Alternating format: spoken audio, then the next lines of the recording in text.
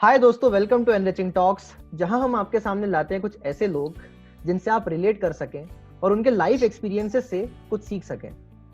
आज की हमारी गेस्ट है स्तुति चांगले, जिन्होंने हम सभी की तरह या हम में से कई लोगों की तरह बेसिकली एक जॉब की और उस जॉब से फ्रस्ट्रेटेड रही, बट अल्टीमेटली उन्होंने उस जॉब को छोड़ के अपना राइटिंग का पैशन परस्यू किया एंड आज वो एक बेस्ट सेलिंग ऑथर है।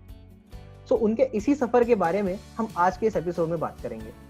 हाय Stuti, welcome to our show. Thank you so much for inviting. Hello, Abhishek and Satyam. So I'm really excited. Let's get this enriching talk started. Right. Thank you so much.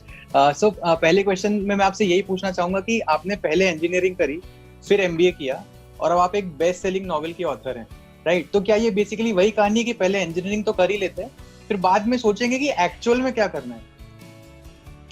बहुत ही अच्छे तरीके से बोला आपने। In fact मुझे इतना ज्यादा रिलेटेबल लगा।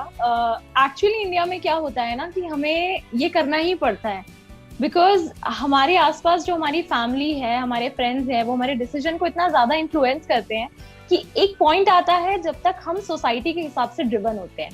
और जिस टाइम पे मैं थी, उस टाइम पे इंजीनियरिंग सबसे ज्यादा इन थिंग थी, सबसे ज्यादा फैशनेबल चीज टू बी इन थी कि जो इंजीनियर बनेगा उसको एक स्टेबल जॉब मिल ही जाएगी और उसकी लाइफ सक्सेसफुल होगी। तो मेरी कहानी पहले ही लिख दी थी मेरी फैमिली ने, मेरे फ्रेंड्स ने, उन हर लोगों ने जिनकी बात मैं बहुत ध्यान से सुनती थी और मुझे लगता था कि यही डायरेक्शन है जिसमें मुझे जाना चाहिए। लेकिन एक दिन आता है हर किसी की कहानी में जब उसे लगता है कि अब बहुत हो गया और जो चीज बचपन से करनी थी वो अब करके ही रहेंगे, चाहे कुछ भी हो जाए।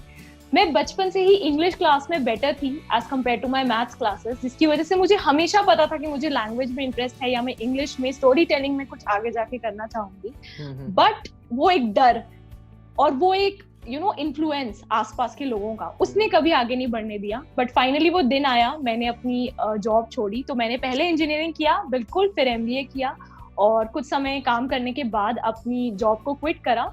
मैं मुंबई में काम करती थी सेल्स में। मुंबई से गुड़गांव आई, वहां पे एक नई लाइफ शुरू की जो कि एक बड़ी मिनिमम या मिनिमल लाइफस्टाइल बोलूंगी मैं थी, क्योंकि जॉब छोड़ने के बाद ऑब्वियसली कुछ फाइनेंशियल प्रेशर्स और चैलेंजेस होते हैं। मेरे पास कुछ सेविंग्स थी, एक ड्रीम था बहुत बड़ा, लेकिन बस वो रिस्क ले लिया और वो शुरुआत कर दी। सो अभी आपने मिनिमल लाइफस्टाइल की बात की, आपकी जॉब छोड़ने के बाद बेसिकली फाइनेंशियली आपके ऊपर प्रेशर था। उसकी वजह से मुझे ऐसा लगता है कि कहीं ना कहीं आपने काफी सारी चीजें फिर मिस की होगी, जैसे कि एमबीए भी किया है। सो आपके एमबीए के भी जो बैचमेट्स हैं वो काफी अच्छा अर्न कर रहे होंगे, लग्जूरियस लाइफस्टाइल भी शायद वो जी रहे होंगे। सो जॉब छोड़ने के बाद आपको वो शायद वो सब सेक्रीफाइस करना पड़ा होगा वो। सो आपको कहीं लगता है कि आपने कुछ मिस किया इन सब चीजों के पीछे?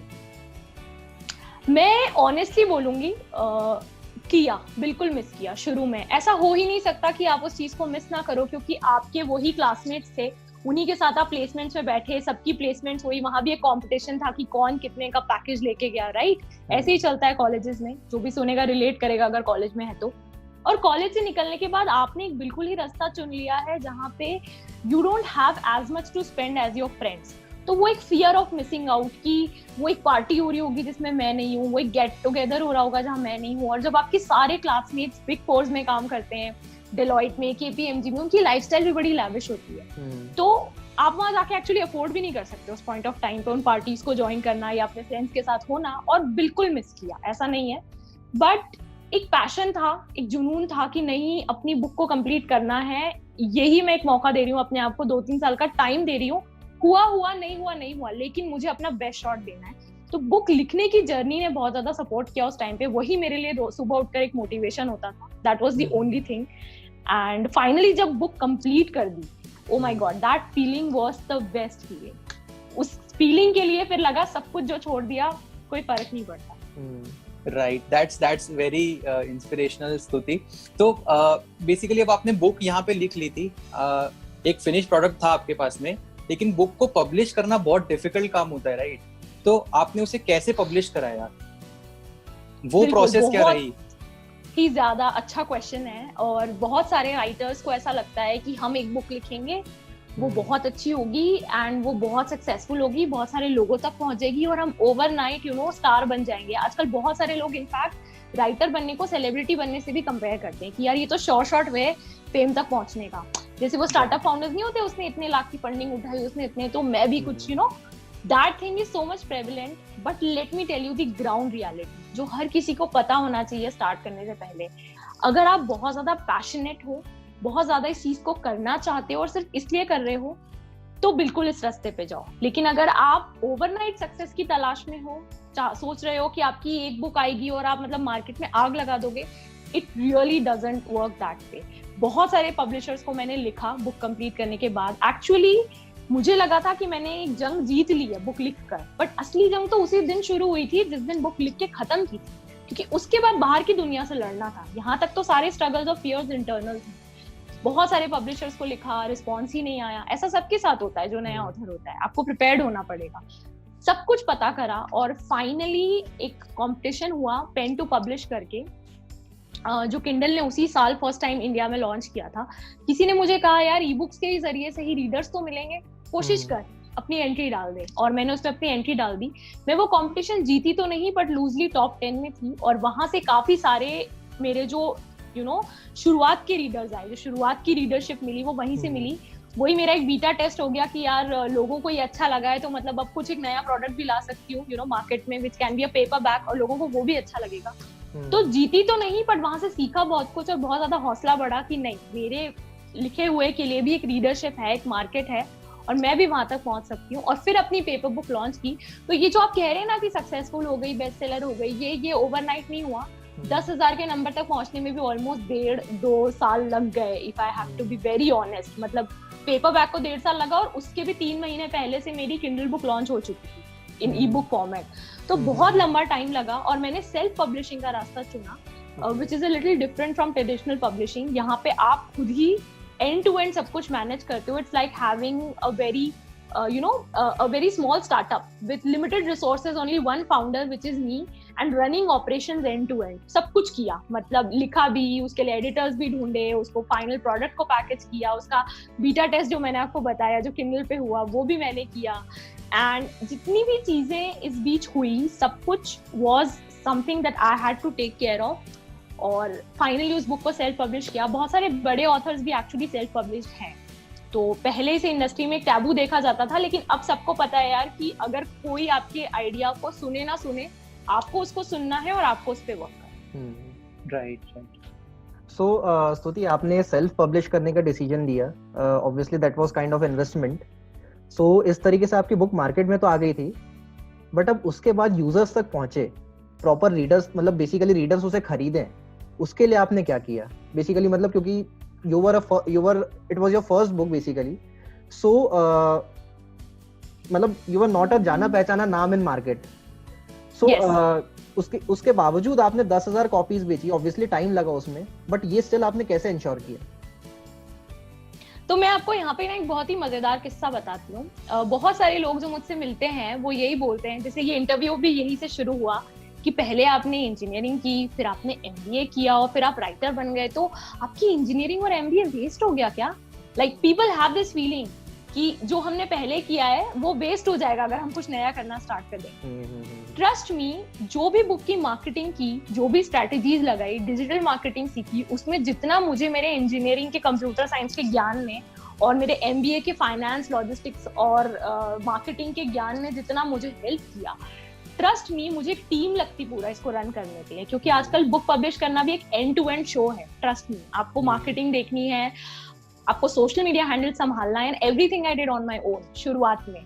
तो वो सारा ज्ञान जो लोगों को लगता है कि यार खराब हो जाएगा, अगर आप अपना स्टार्टअप करोगे, अपना कुछ करोगे ना, आपको इतना मजा आएगा क्योंकि आप एक्चुअली उन चीजों की प्रैक्टिकल एप्लीकेशन को वहां पे लगा रहे होगे एंड उस तरह से आगे बढ़ रहे होगे। तो basically this was also like a entrepreneurship process, but यहाँ पे आपके पास एक टीम नहीं थी, को-फाउंडर्स नहीं थे, आप अकेले पूरे इस प्रोसेस को मैनेज कर रही थी। बिल्कुल। स्तुति, बेसिकली आपने जो ये स्टेप लिया था ये बहुत ही रिस्की था, राइट? मार्केट में बहुत सारी बुक्स आती है, बुक शेल्फ पर धूल खाती है, चली जाती है। आपकी बुक आई, बेस्ट सेलर बनी, लेकिन ये सक्सेस की कहानी हो गई। जब आपने शुरू किया था तो कहीं ऐसा था कि मैं फेल हो गई तो क्या करूंगी? कुछ बैकअप ऑप्शन आपने दिमाग में रखा था आपने? सो अभिषेक, मैं हमेशा से बिकॉज एजुकेशन ओरिएंटेड रही हूँ एंड मैंने डिग्रीज की है, I never really dropped out. तो वो डर बहुत ज्यादा हाई नहीं था मेरे मन में कि अगर कुछ वर्कआउट नहीं किया तो क्या मैं वापस अपनी रेगुलर लाइफ पे जा सकती हूँ या नहीं। मुझे पता था कि मैं इजीली हमेशा जा सकती हूँ बिकॉज मैंने जॉब भी किया है, I have my engineering MBA degrees in place. So वो एक थोड़ा सा सेंस ऑफ सेटिस्फैक्शन या एक सेंस ऑफ सेटलमेंट अंदर था कि नहीं हो जाएगा, और अगर नहीं हुआ तो we still have an option. But सबसे बड़ी बात है कि ट्राई करा कि नहीं करा, मतलब मेरे लिए ये बहुत ज्यादा इंपॉर्टेंट चीज थी कि मैंने ट्राई करा या नहीं करा। बिकॉज अगर मैं ट्राई ही नहीं करूंगी तो मेरे इस नए फील्ड में तो मैं फेलियर ही हो गई ना बाय डिफॉल्ट, क्योंकि मैं कभी गई ही नहीं, मैंने कभी वेंचर ही नहीं किया उस डायरेक्शन में जहां मुझे हमेशा से जाना था। So for me it was always like कि अगर नहीं वर्कआउट किया तो वापस चले जाएंगे, लेकिन बिना ट्राई किए वाला फेलियर नहीं बनना है कि यार ट्राई ही नहीं किया और मान लिया कि यार कुछ आगे हो नहीं सकता। क्योंकि मैंने लाइफ में एक चीज जो हमेशा ऑब्जर्व की है वो ये है कि फेलियर्स आपको बहुत ज्यादा मिलेंगे। आप कुछ नया बनाओगे तो आप 200 बार फेल होगे, 300 बार फेल होगे। जब बल्ब बनाया था थॉमस एल्वा एडिसन ने तो ऐसा कहते हैं वो 1000 से ज्यादा बार फेल हुए थे, बट वो एक बार बल्ब बन गया। तो यार वो जो एक बार बन गया ना, उसके लिए इतनी बार फेल होना ना, इन दी एंड मुझे लगता है कि सब जस्टिफाई कर देता है। And it is worth it. Yeah it is worth it. Right. So Stuti, next question में ऐसे लोगों के लिए पूछना चाह रहा हूँ जिनके पास बेसिकली इमेजिनेशन पावर बहुत अच्छा होता है एंड इवन उनके माइंड में स्टोरीज भी बहुत अच्छी अच्छी आती है, बट उनके पास लैंग्वेज का गिफ्ट नहीं है। बेसिकली अपनी बातों को वो अच्छी लैंग्वेज में कन्वे नहीं कर पा रहे हैं, अट्रैक्टिव लैंग्वेज में कन्वे नहीं कर पा रहे हैं। सो क्या ऐसे लोग राइटर बनने के बारे में सोच सकते हैं? हाँ बिल्कुल, क्यों नहीं सोच सकते हैं, क्योंकि लैंग्वेज एक मीडियम है। अकॉर्डिंग टू मी लैंग्वेज एक माध्यम है अपनी बात को दूसरे तक पहुंचाने का। और बिल्कुल अगर मैं किसी एक नॉर्मल शब्द की जगह ज्यादा स्पेसिफिक शब्द का यूज करूंगी तो मीनिंग ज्यादा क्लियर होगा सामने वाले को। पर असली राइटर वो नहीं है जो सबसे अच्छी इंग्लिश में लिख लेता है या जो सबसे अच्छी हिंदी में लिख लेता है। फॉर दैट मैटर लैंग्वेज भी इंपॉर्टेंट नहीं है। अपने इमोशंस को आप कितने अच्छे से एक्सप्रेस कर सकते हो इन वर्ड्स, और क्या वो आम जनता से या क्या वो लोगों से कनेक्ट कर रहा है, that's the most important thing. अगर वो हो रहा है तो आपने किसी भी लैंग्वेज में लिखा हो, उस लैंग्वेज को सुधारने का काम तो एडिटर भी कर सकता है और वो इजीली अवेलेबल है आपकी हेल्प करने के लिए। तो आप ऐसा मत सोचिए या दिल छोटा मत कीजिए कि यार मेरे को बहुत अच्छी इंग्लिश नहीं आती या मुझे बहुत अच्छी हिंदी नहीं आती। दो ऐसे बहुत बड़े लेखक हैं फिक्शन में जो इंटरनेशनली बेस्ट सेलिंग ऑथर्स हैं, 65+ मिलियन कॉपी सोल्ड हैं। उनमें से एक की जिनका नाम है पॉलो कोएल्हो, सबने नाम सुना होगा। अल्केमिस्ट बुक के बारे में भी सबको पता है। वो बुक ओरिजिनली पोर्चुगीज में लिखी गई थी, लेकिन उसका इमोशन इतना ज्यादा रिलेटेबल है, उसकी जर्नी, उसमें जो ड्रीम्स के बारे में लिखा है, वो अफगानिस्तान तो क्या, बांग्लादेश तो क्या, दुनिया के किसी कोने में कोई बैठा है वो उससे रिलेट कर सकता है और उसकी लैंग्वेज में उस बुक को ट्रांसलेट किया जा सकता है। सेम इज हारुकी मुराकामी जो कि एक जापानीज राइटर हैं। वो ओरिजिनली जापानीज में लिखते हैं लेकिन वो इतना अच्छा लिखते हैं कि उसकी इतने ट्रांसलेशंस अवेलेबल हैं और वो एक वर्ल्ड फेमस ऑथर हैं, world wide renowned loved author हैं। तो आप अपनी स्किल्स को सिर्फ इसलिए बुरा मत समझिए कि यार मैं इंग्लिश नहीं लिख पा रहा या मैं हिंदी नहीं लिख पा रहा या मैं कोई एक पर्टिकुलर लैंग्वेज में बहुत अमेजिंग नहीं हूँ। बहुत सारे लोग हैं जो बोलते इतना अच्छा है कि लोग उनकी बातों से कनेक्ट कर जाते हैं। ऐसे बहुत से बड़े बड़े स्टैंड अप कॉमेडियंस हैं, वो भी स्टोरी टेलिंग कर रहे हैं प्लेटफॉर्म के थ्रू, लेकिन उनकी बातें इतनी रिलेटेबल है। तो स्टोरी रिलेटेबल होनी चाहिए, स्टोरी दिल को छूनी चाहिए, वो सबसे ज्यादा इंपॉर्टेंट चीज है। बाकी चीजें can be taken care of. Right. So I think this was an amazing overall interaction with you, Stuti. Thank you so very much for taking time out to be with us. Last में मैं यही कहना चाहूँगा कि आपकी book से अगर आप कुछ इंस्पिरेशनल लाइंस हमारे व्यूअर्स के लिए कह सके तो। ओके, सो वैसे तो मेरी दोनों बुक इंस्पिरेशनल फिक्शन है, ऑन दी ओपन रोड भी और मेरी second book you only live once भी। बट पहली बुक की एक लाइन है जिससे बहुत ज्यादा रीडर्स रिलेट करते हैं, उनको बहुत ज्यादा पसंद भी आई थी, तो मैं इस वीडियो पे वही लाइन को दोहराना चाहूंगी। तो वो कोटेशन बुक में ऐसा है कि somewhere between the right and the wrong, the past and the future, there lies a now, don't let it go, for now often leads to a new road.